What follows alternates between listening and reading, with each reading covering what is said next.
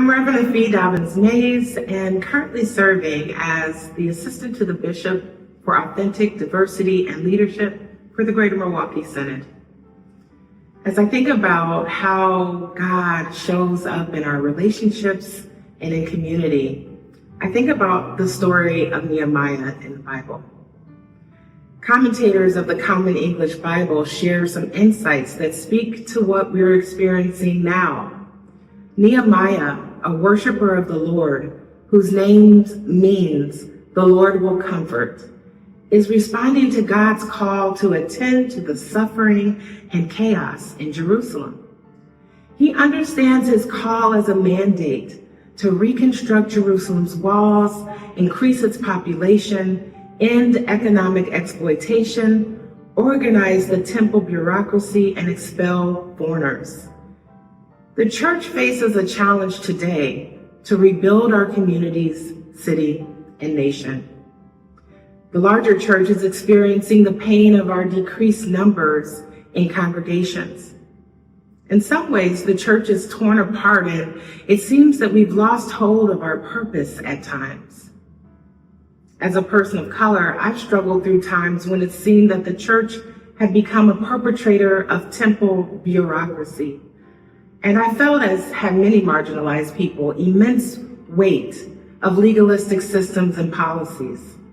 Whether BIPOC, LGBTQIA, or white, the sickness of oppression brings us to the realization that we too need a prophet to bring us the reminder that God walks with us and comforts us.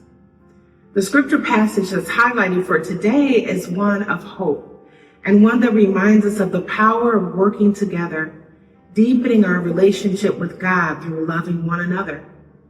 Though we know that there were obstacles on Nehemiah's journey to rebuild the city of Jerusalem, in this passage he has the support of the Israelites. When he announces that God is calling for them to rebuild, they respond immediately with willingness and with action. They are in desperate straits, as many of us are. They have been called to do something about it, as we, as the church, are. And they have answered the call. Let's be mindful that it's not only the leaders of the land that turned the vision into reality, it's the combined efforts and the intentional collaboration of all in the community which make hopeful, joyful transformation possible. In fact, if you've got time to read the book of Jeremiah in its entirety, you'll find that everyone had a role to play. Everyone's buy-in was necessary, and it was no easy task at the end of all things to keep people on track and to bring the vision into manifestation. My God sighting for this season is for the Greater Milwaukee Synod.